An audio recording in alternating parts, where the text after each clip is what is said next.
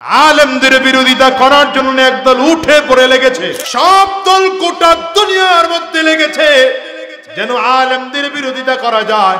একদল খেয়ে পালিয়েছে আর একদল খাওয়ার জন্য প্রস্তুতি, খাওয়া খাওয়াই চলতেছে আর কি। খাওয়ান বন্ধ হয় নাই, হাত বদল হয়েছে। আগে মামায় খাইতো, এখন চাচায় খায়। আগে সলিমউদ্দিন খাইতো, এখন কলিমউদ্দিন খায়। আগে লাল মিয়া খাইতো, এখন কালা মিয়া খায়। পার্থক্য এতটুকু।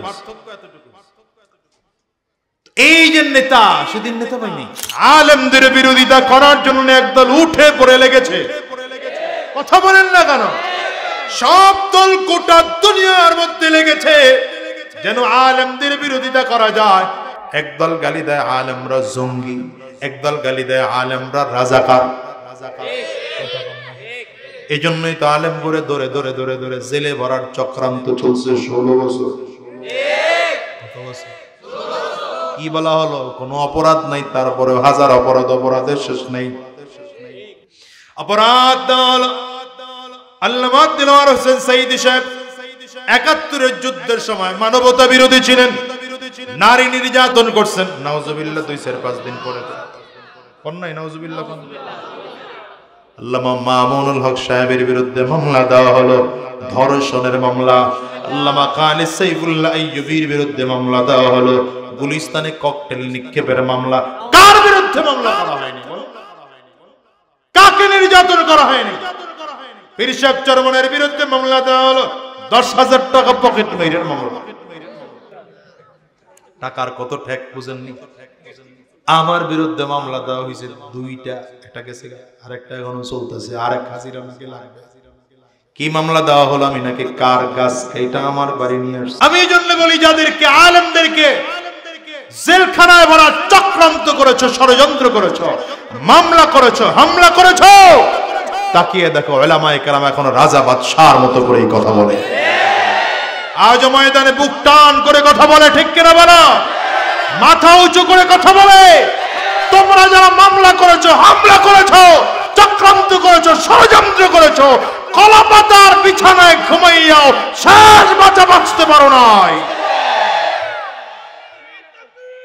খালি কলাপাতার বিছানা না তো, খালি কলাপাতার বিছানা না তো, প্যান্ট শার্ট খুলে লুঙ্গি পড়েছো, দাড়ি কামিয়ে চুলে কলাপ লাগাইছো, মাছের টলারে উঠে নিজের জাল্লা পরিচয় দিছ, এরপরেও বাঁচতে পারো নাই। কথা কন না, কথা কন না।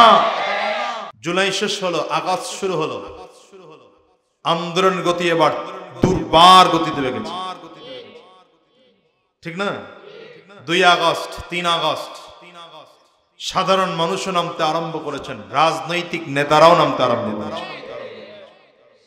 বিশেষ করে ইতিহাসের পাতায় এটা স্মরণাক্ষরে লিখে দেওয়ার মতো ৩ আগস্ট শায়েখে চরমনাই মুফতি সৈয়দ ফয়জুল করিম হাজারো মানুষের, লক্ষ মানুষের মিছিল নিয়ে নেমেছেন। শুধু ৩ আগস্ট না, না শুরু হয়েছে কোন আপনারা জানেন না। শুধু ৩ আগস্ট নেমে থেমে থাকেন নাই। ৩ আগস্ট নামার পরে আবার ৪ আগস্ট আবার নেমেছেন।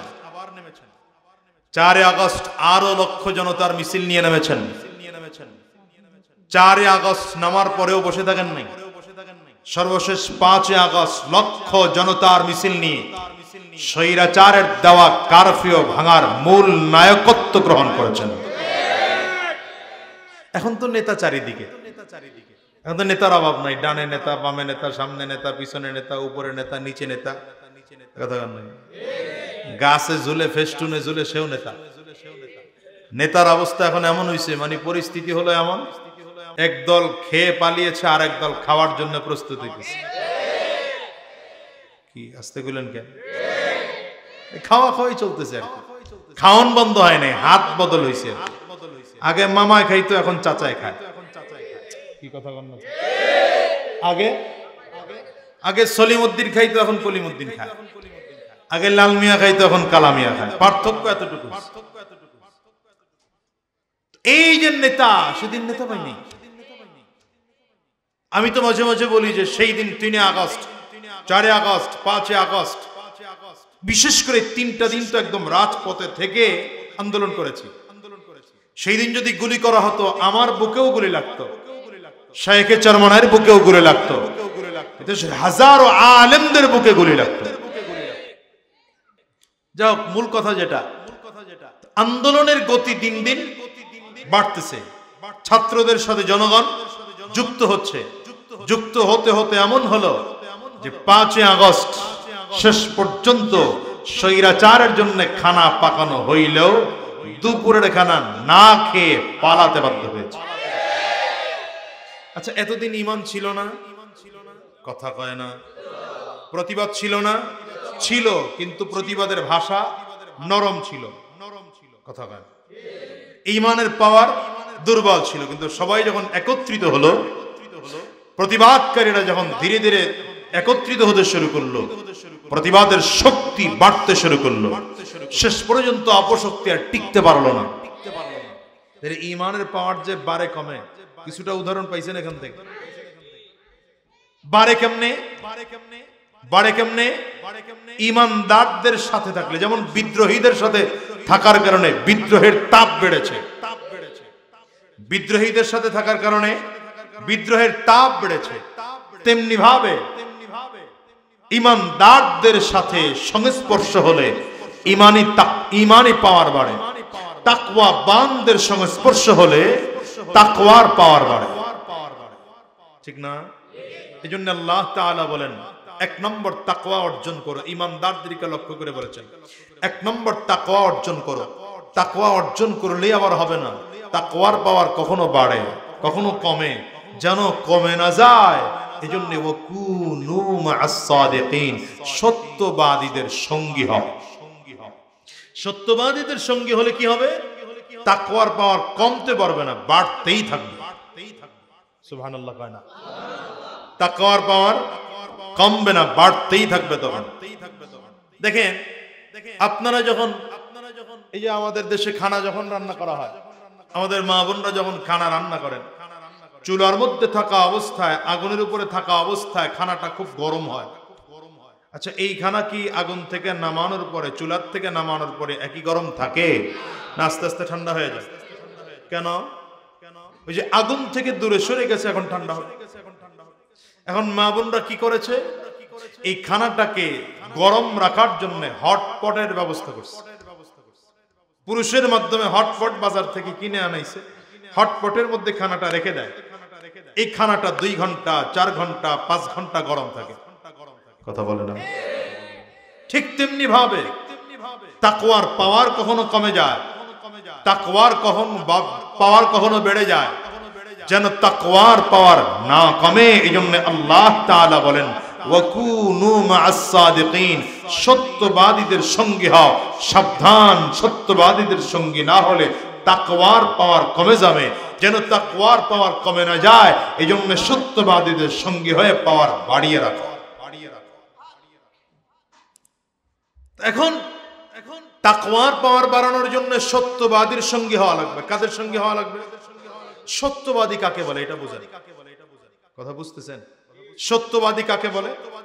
এক কথায় বুঝেন, যারা সত্যের পথে চলে, সত্য কথা বলে, কোরআন ও সুন্নাহ অনুযায়ী নিজের জীবন পরিচালনা করে, এরা হচ্ছে সত্যবাদী। নবীর যুগে সবথেকে সত্যবাদী ছিলেন নবীজি।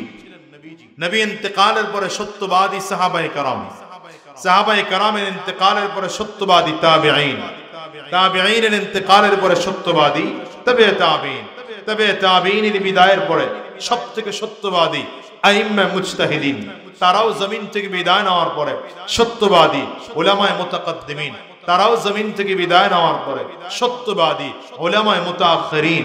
এই যুগ করে করে করে করে এই যুগেও যারা উলামায়ে কেরাম, ধারণা করা যায় এরা সত্যবাদী। ঠিক না? এটাকে বলা হয় সুহবত, সাথিত্ব গ্রহণ করা, সঙ্গী হওয়া, সংস্পর্শে থাকা। এটাকে কি বলে? কথা কয় না। কি বলে? এই সুহবতের বড় দাম। সুহবতের কারণেই সাহাবী, সুহবতের কারণেই তাবেঈন, সুহবতের কারণেই তবে তাবেঈন। আচ্ছা বলেন, নবীর সাহাবায়ে কেরাম যে কোরআন পড়েছেন, আমি আপনিও কি একই কোরআন পড়ি না? কোনো ব্যবধান আছে? হ্যাঁ, কোনো ব্যবধান নাই। একই কোরআন, একটা জের জবর পেশ নুক্তা অক্ষরের পরিবর্তন হয় নাই। বলে না, জোরে বলে না।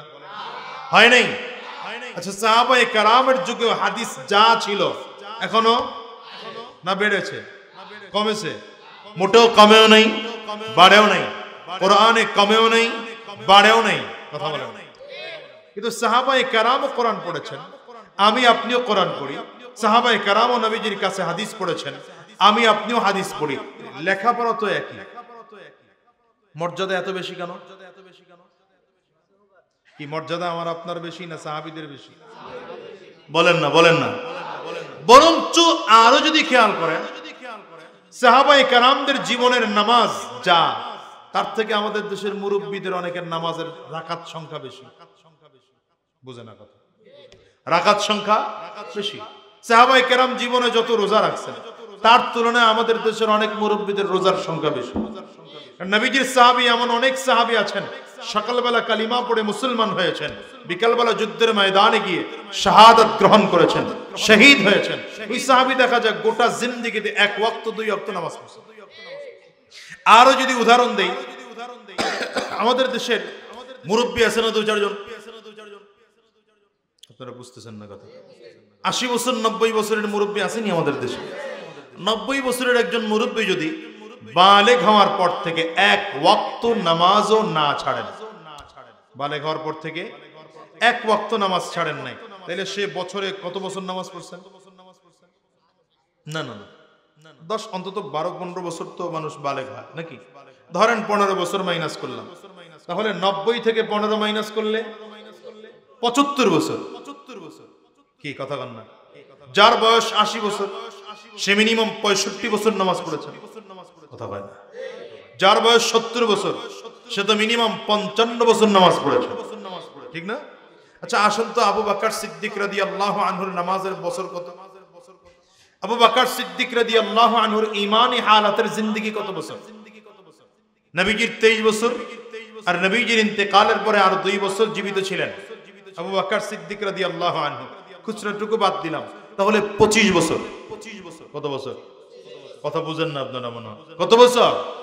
আবু বকর সিদ্দিক রাদিয়াল্লাহু আনহুর ঈমানি হালাতের জিন্দেগি 25 বছর। নামাজ ফরজ হয়েছে কততম নবুয়তির বছরে? নবুয়তির কততম বছরে নামাজ ফরজ হয়েছে জানা না? এগুলো জানবেন না তো আপনারা, খালি জানবেন কোন নায়কের নাম, কোন নায়িকার নাম, এরপরে কি কয়, কার বাড়ি কোন জায়গায়, বিয়ে কে কয়টা করছে, বিয়ে করার আগে বাচ্চা কয়টা হয়েছে, এগুলো জানবেন। আমাদের দেশের যুবকদেরকে জিজ্ঞাসা করলে পারে না 5 জন সাহাবীর নাম জানে, 1 জন 2 জন নবীর জীবনী জানে না। বহুত পাওয়া যাবে দেশ, কথা কন না কেন? অথচ 24 ঘন্টা মোবাইল টিপে কি টিপতেছে আল্লাহই ভালো জানে। আর এই ভাই কি কথা কন না কেন?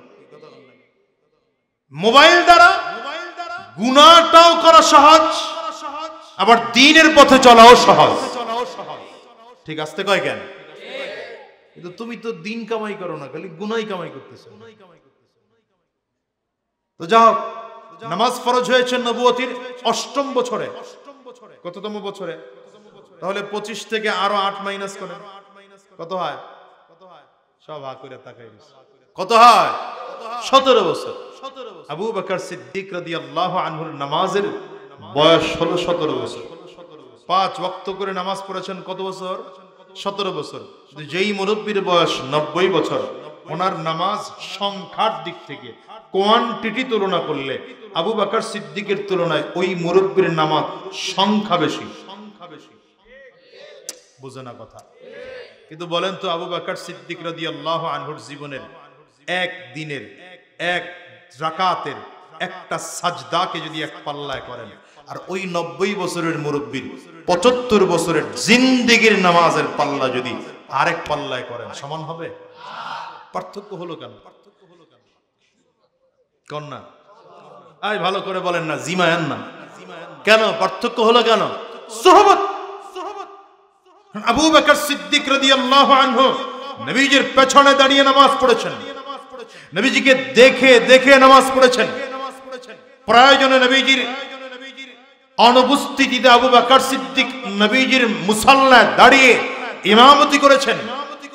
আবু বকর সিদ্দিক রাদিয়াল্লাহু আনহুর ইবাদতের সংখ্যা কম হতে পারে, কিন্তু কোয়ালিটি এত বেশি, আপনার আমার গোটা জিন্দেগীর আমল আর আবু বকর সিদ্দিক রাদিয়াল্লাহু আনহুর একবার সুবহানাল্লাহ সমান হবে না। এই পার্থক্যটা কেন হলো? সোহবতের কারণে। কিসের কারণে? সোহবতের দাম আছে না নাই?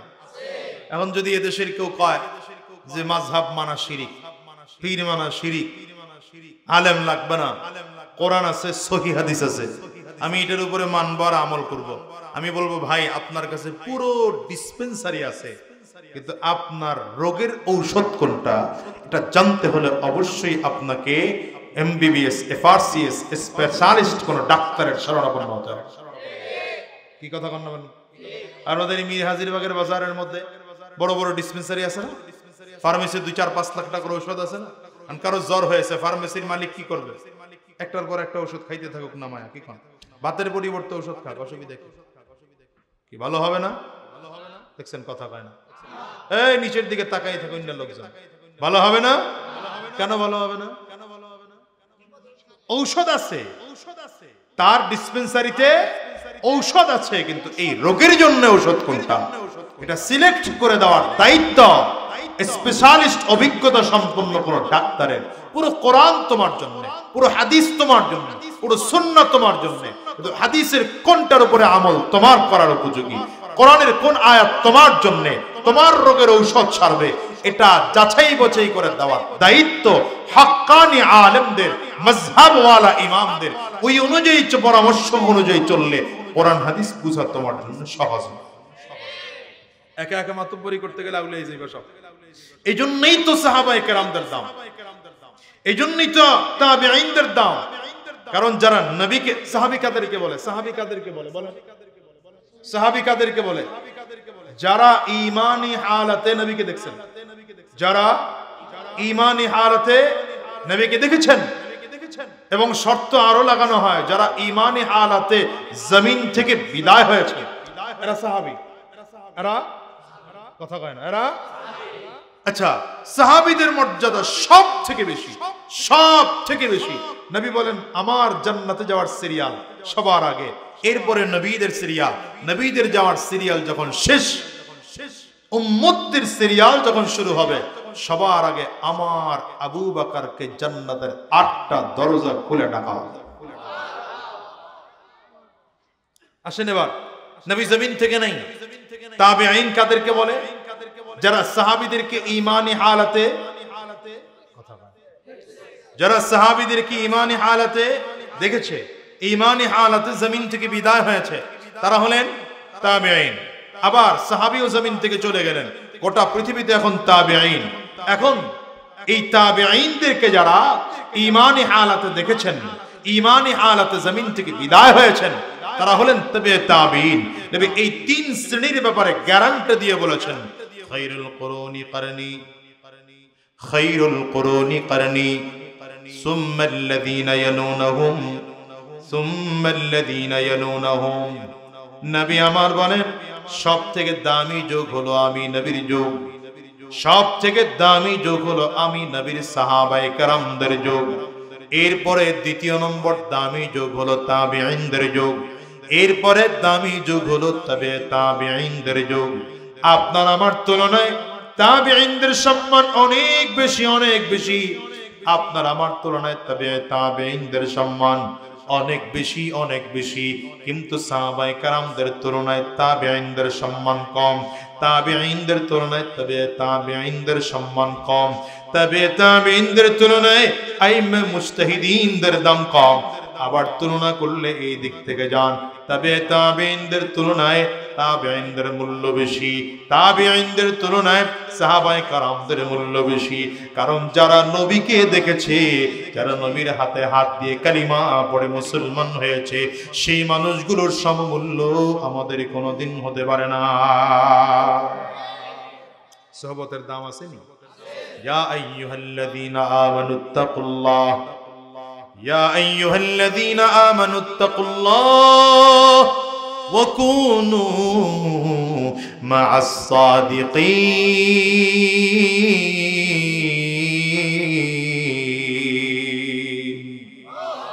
রাহমাতুল্লাহ তাআলা ঈমানদারদেরকে লক্ষ্য করে বলেন, ঈমানদারেরা দুইটা গুণ অর্জন করো।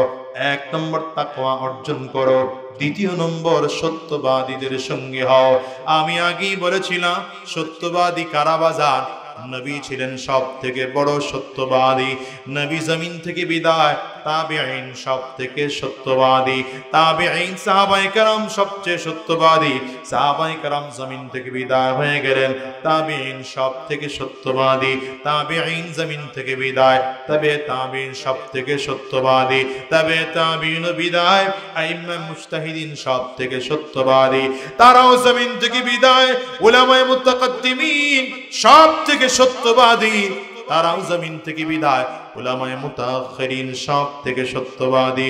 বাংলাদেশের সিচুয়েশনে যদি চিন্তা করেন, একটা সময় এমন ছিল এই দেশের মানুষগুলোকে দ্বীনের দাওয়াত দিয়া মানুষকে কোরআনের কথা শোনাইতেন, হাদিসের কথাগুলো শোনাইতেন। হাফিজ জি হুজুর রাহমাতুল্লাহি আলাইহি, সদর সাহেব হুজুর রাহমাতুল্লাহি আলাইহি, হে শাইখুল হাদিস আল্লামা আজিজুল হক রাহমাতুল্লাহি আলাইহি, মুফতি আমিনী রাহমাতুল্লাহি আলাইহি, আল্লামা শাহ আহমদ শফি রাহমাতুল্লাহি আলাইহি, আল্লামা জুনাইদ বাবু নগরী রাহমাতুল্লাহি আলাইহি এদেশের মানুষকে দ্বীনের কথাগুলো বলে বলে শোনাইতে। আল্লামা দিলওয়ার হোসেন সাইদি এদেশের মানুষকে দ্বীনের কথাগুলো বলে বলে শোনাইতেন। চরমনায়ের কালো মানিক সৈয়দ ফজলুল করিম রাহমাতুল্লাহি আলাইহি এরাও জমিন থেকে বিদায়। যদিও বড়রা জমিন থেকে বিদায় হয়েছে, জমিনে এখনো হাক্কানি কিছু আলেম আছে না? যদি দাঁড়ায় তাইলে এই যুগে এরা সত্যবাদী। যদিও নবীর সঙ্গে স্পর্শ পাওয়া যাবে না, সাহাবায়ে কেরামদের সঙ্গে স্পর্শ পাওয়া যাবে না, তাবেঈনদের সাথিত্ব গ্রহণ করা যাবে না, তবে তাবেঈনদের সাথিত্ব গ্রহণ করা যাবে না, কিন্তু এই যুগে যারা উলামায়ে কেরাম আছেন, হক্কানি আলেমদের সংস্পর্শে গিয়া যদি কোরআন ও সুন্নাহ অনুযায়ী নিজের জীবনটাকে পরিবর্তন করা যায়, আল্লাহর কোরআন প্রমাণ করে সাধারণ মানুষের তুলনায় এদের দাম আল্লাহর কাছে তুলনামূলক বেশি। তাহলে এই যুগের দাম বাড়ানোর জন্য আলেমদের সঙ্গী হওয়া লাগবে। ওই লাইনের যারা তারা অপরাধ না কইরাও 2-4 জন পলানো লাগছে। ব্যারিস্টার সাহেব খাওয়ার সুযোগ পায় নাই তো, কি কথা বল না? আবার এইদিকে নড়াইলে খেলোয়াড় সাহেব, হ্যাঁ ওই যে আমি মাঝে মাঝে বলেছি ইবিলি কোম্পানির শেষ গ্রাহকেরা। ইবিলি কোম্পানি ছিল না বাংলাদেশে, অর্ধেক টাকায় মোটরসাইকেল দেয়, অর্ধেক টাকায় মোবাইল ফোন দেয়, অর্ধেক টাকায় হলো কি কি দেয় না, এরকম মোটামুটি ভালো ব্যবসা বাণিজ্য কিছুদিন চলছে। 2-4-5-10 জন পাইছে পরে বলে আরে এটা তো বিশাল অবস্থা, টাকা খালি লাগাও, 6 মাস পরে পাইলে অসুবিধা নাই। টাকা যখন দিতে দিতে ক্লিয়ার, হঠাৎ করে দেখা যায় কোম্পানিও নাই, অফিসও নাই, যারা দিবে তারাও নাই, সব ক্লিয়ার। তো ছোট খেলোয়াড় সাহেব চিন্তা করছে, বড় খেলোয়াড় সাহেব আগের নির্বাচনে সম্পদ ছিল 9 কোটি, হঠাৎ করে পরের নির্বাচনে তার ওই কি বলে ফর্ম পূরণ করতে গিয়া দেখা গেল 510 কোটি। কি কইবেন সুবহানাল্লাহ? হ্যাঁ, একজন এমপির অবস্থায় 5 বছর আগে সম্পদ ছিল কত? তার স্টেটমেন্ট অনুযায়ী 9 কোটি, 5 বছরের পরে তার সম্পদ দাঁড়িয়েছে 510 কোটি। ছোট খেলোয়াড় সাহেব চিন্তা করছে, হেরি যদি এইটা হয় তা আমার হইব না। টাকা বললেই তো খালি ঢুকে, খালি বললেই একটা প্রজেক্ট থেকে 30,000 কোটি ঢুকে। কথা কয় না তো? হায় হায় হায় রে, দেশের মানুষরা যে কি চাবান চাবাইছে টের পান নাই আপনারা। খালি আপনারা দেখছেন ফ্লাইওভার, এলিভেটেড এক্সপ্রেস ওয়ে, হ্যাঁ উপকার হইছে গেলে আমাকে বরিশালে করে কি মোটামুটি 3-4 ঘন্টা পয়সা থাকা লাগতো, ওই যে এখন চাইলে মোটামুটি 2-2.5 ঘন্টা টাইম দিয়ে চলে যেতে পারি। কালকে 1:30টায় রওনা করছি, ফজর এসে ঢাকায় পড়ছি মাসে। হ্যাঁ জান্নাতে যাইবো তো সেল চালায়া, কি কোন? এই যে চোখের সামনে এগুলো দেখায়া দেখায়া চোখের সামনে ধরা হলো, কি ধরা হয়েছে? ওই ফ্লাইওভার, আমি তো আল্লাহর কোরআনের সাথে মিল পাই। ওয়া ইযা কিলা লাহুম লা তুফসিদু ফিল আরদ ক্বালু ইন্নামা নাহনু মুসলিহুন। উপর দিয়ে দেখাইছে পাবলিক যখন কয় খাইস না, 8 টাকা বিদেশে ট্রান্সফার করিস না, এরা দাঁড়ায় আমরা ফ্লাইওভার করতেছি, ট্রান্সফার করে না। লা তুফসিদু ফিল আরদ, তখন ওরা কি কয়? ইন্নামা নাহনু মুসলিহুন। আরে আমরা তো ভেজাল করি না, আমরা তো ইসলাহের কাজ করতেছি। কি কথা কয় না? তা আমি একটু অর্থ তর্জমাটা ঘুরায় করলাম আর কি, কথা কয় না? এখন এরা দেখায় আমরা যখন দাঁড়ায় বলি খাবি না, ব্যাংক থেকে আর লোন নিবি না, তখন ওরা দাঁড়ায় দাঁড়ায় ব্যাংক থেকে লোন নেই তো নিজের টাকায় পদ্মা সেতু করেছি। কিন্তু কত সেতু যে আমার পেটে ঢুকছে, যেই কয় টাকার সেতু নদীর পেটে উঠছে ওই সেতু তো দেখা যায়, যেই সেতু আমার পেটে ঢুকছে দেখা যায় না। মেট্রো রেল তো দেখা যায়, যেই মেট্রো রেল এটা কেমনে দেখবেন? ফ্লাইওভার তো দেখা যায়, যেই ফ্লাইওভার, ও বুঝেন না আপনারা না? এমনি এমনি 10 ব্যাংকের লেনদেন বন্ধ মনে করছে। কয় ব্যাংকের? 2 কোটি টাকা রাখছেন। আমার এক চাচা সেদিন আমার কয়, ভাতিজা তোমার কাছে কোনো লিঙ্ক ঠিং আসেনি, ব্যাংক তো টাকা দেয় না। কেন, কি হলো? 2.5 কোটি টাকা রাখছি ব্যাংকে, চেক নিয়ে গেলে 5000 দিয়ে পাঠায় দেখো আগামী সপ্তাহে এসো। সুবহানাল্লাহ কইবেন না? হ্যাঁ কোন ভালো করে সুবহানাল্লাহ। খাইতে খাইতে পেটের ক্যাচিংটা ছাড়া সব খেয়ে ফেলছে, শুধু খোসাটা পড়ে আছে এখন। কি কথা কন না কেন? ভাগ্য ভালো যে সুদখোর কোন আর ঘুষখোর খান ইউনুস বাইরে পাইছিলাম, নাইলে অবস্থা খারাপ হয়েছিল। আল্লাহ এই বেচারারে দক্ষতার সাথে দেশ পরিচালনার তৌফিক দান করুন, আমিন কোন। তবে সাবধান, এও যদি ইসলামের বিরুদ্ধে কার্যক্রম করে আমরা হুজুররা বৈশা থাকার লোক না। ঠিক কিনা বলো? এজন্য বলেছি ওনারা তো স্বৈরাচারের সহযোগী ছিল, এই জন্য পালাইতে হইছে। ওই যে 2-4 জন, তারা তো স্বৈরাচার আছিল না, সহযোগিতা, কথা কয় না? এই জন্য হেগুর লাগে তারাও আলেমদের সাথে যারা ছিল, কথা কন না কেন? যারা বলেছিল ভালো না, কই ওরা? আলেমরা কোথায় এখন? তাকিয়ে দেখো, আলেমরা আজ রাজা বাদশার মতো করে আছে। এই জন্য বলবো জালিমদের সাথে নয়, থাকলে আলেমদের সাথেই থাকবা। জোরে বলেন না তো আপনারা? জালিমদের সাথে না, আলেমদের সাথে। এই জোরে বলেন, আলেমদের সাথে না জালিমদের সাথে, ইমানদারদের সাথে না বেঈমানদের সাথে, মুসলমানদের সাথে না হিন্দুদের সাথে, এই ঢাকার সাথে না দিল্লির সাথে। আলেমদের সাথে থাকবা, মুসলমানদের সাথে থাকবা। কি কথা বলেন না কেন? মসজিদের সাথে থাকবো, ইসলামের সাথে থাকবো না, ঠিক কিনা বলো? থাকতে তৈয়ার আছেন? এই আলেমদের সাথে থাকতে তৈয়ার আছেন?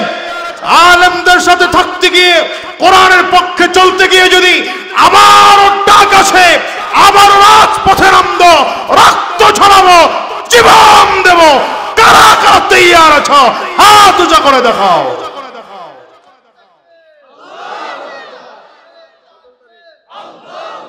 আল্লাহ কবুল করুন, আমিন কোন।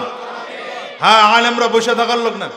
শোনেন, মুজাহিদদের কাজ কখনো বসে থাকার নয়। বদরের যুদ্ধ শেষ, উহুদ শুরু, উহুদ শেষ, খন্দক শুরু, খন্দক শেষ, হুনাইন শুরু, হুনাইন শেষ, অমুক শুরু, মোতার যুদ্ধ, একের পর এক যুদ্ধ চলতেছে। আপনি যদি মনে করেন রক্ত দেওয়া শেষ হয়ে গেছে, মোটেও না। আরে ভাই, রক্ত তো বাঙালি জাতি দেয়া জাতি। ওই যে 47-এ রক্ত দিয়েছি ইংরেজদেরকে বিতাড়িত করার জন্য, 71-এ রক্ত দিয়েছি কি বলে পাকিস্তানি হানাদারদের কাছ থেকে দেশ স্বাধীন করার জন্য, আবার 2024-এ রক্ত দিয়েছি স্বৈরাচার মুক্ত করার জন্য, প্রয়োজনে আবার রক্ত দেব ইসলাম কায়েম করার জন্য, কোরআন কায়েম করার জন্য। 2 হাত উঁচা করে, 2 হাত উঁচা করে চিল্লায় বলো ঠিক কিনা? কিন্তু প্রস্তুত থাকতে হবে, প্রস্তুত থাকতে হবে। এমন না হয় যে এক জালিম হটাইছি, আরেক জালিম এসা গাড়ির উপরে লবণ রেখা কাঁঠাল খাওয়া শুরু করে দিছে। কথা কান নাকি? আল্লাহ হেফাজত করুন, আমিন কান, আমিন কান। জোরে আমিন বলেন। ইয়া আইয়ুহাল্লাযীনা আমানুত্তাকুল্লাহ ওয়া কুনু মা'আস সাদিকিন।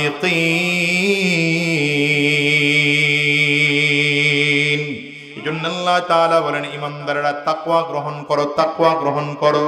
শুধু তাকওয়া গ্রহণ করলেই হবে না, সত্যবাদীদের সঙ্গী হও, সত্যবাদীদের সঙ্গী হও। সাবধান করে বলি মুসলমান, ঈমানদারদের সাথীত্ব গ্রহণ করো, কালিমাওয়ালাদের সাথীত্ব গ্রহণ করো, কোরআনওয়ালাদের সাথীত্ব গ্রহণ করো। বেঈমানদের সংস্পর্শে যাইও না, কাফিরদের সংস্পর্শে যাইও না। রাসূল আমার বলেন, রাসূল আরবি সাল্লাল্লাহু আলাইহি ওয়াসাল্লাম বলেন, বুখারীর বর্ণনা, আল মারউ মা মান আহাব্বা, দুনিয়ায় থাকা অবস্থায় যে যার সাথে মুহাব্বত রেখেছে কিয়ামতের ময়দানে হাসর নাসর তার সাথে হবে। আলেমদের সাথে যদি মুহাব্বত হয়, সাবধান করে বলে যায়, কিয়ামতের ময়দানে দাঁড়িয়ে দেখবা আলেমদের সাথে জান্নাতে যাওয়ার সুযোগ তৈরি হয়েছে। নবীর মুহাব্বতে যদি মুখের দাড়িটা লম্বা করা যায়, নবীর মুহাব্বতে যদি মাথায় টুপিটা পরানো যায়, নবীর মুহাব্বতে যদি 5 ওয়াক্ত নামাজ ঠিকমতো পড়া যায়, কিয়ামতের ময়দানে দেখা যাবে নবীর সাথে সাথে সাথে সাথে তোমার আমারও জান্নাতে যাওয়ার নসিব হবে। আর যদি দুনিয়া থাকা অবস্থায় জালেমদের সাথে সম্পর্ক হয়, বেঈমানদের সাথে সম্পর্ক হয়, কাফিরদের সাথে সম্পর্ক হয়, আবু জাহাল মার্কা লোকদের সাথে সম্পর্ক হয়, আবু তালেব মার্কা লোকদের সাথে সম্পর্ক হয়, তাইলে পরিস্থিতি এমন হবে ভাই, ওরাও জাহান্নামী, তোমাকে আমাকেও জাহান্নামে যাওয়া লাগবে। চিল্লা কাও ঠিক কিনা? এজন্য যতদিন এই জমিনের মধ্যে থাকবো আলেমদের বিরোধিতা করব না, মাদ্রাসার বিরোধিতা করব না, কোরআনের বিরোধিতা করব না, দ্বীনের বিরোধিতা করব না, হারাম রাস্তায় কদম বাড়াবো না, ইসলামের পথে চলবো, কোরআনের পথে চলবো, দ্বীনের পথে চলবো, আলেমদের পথে চলবো। দেশের বিরুদ্ধে চক্রান্ত ষড়যন্ত্র করব না, দেশের পক্ষে থাকবো। কারা কারা ওয়াদা করতে পারেন? 2টা হাত উঁচা করে আল্লাহকে দেখান, আওয়াজ করে জোরে জবান খুলে ডাক দেন আল্লাহ, আরো জোরে আল্লাহ। আয় আল্লাহ, এই গোলামগুলো হাত তুলেছে তোমার দরবারে, হারাম রাস্তায় চলবো না, শয়তানি রাস্তায় চলবো না, দেশের বিরুদ্ধে চক্রান্ত করব না, কোরআনের বিরোধিতা করব না। আল্লাহ তুমি কবুল করে নাও, কবুল করে নাও। জবান খুলে বলো আমিন, আওয়াজ দিয়ে চিল্লা বলেন আল্লাহুম্মা আমিন।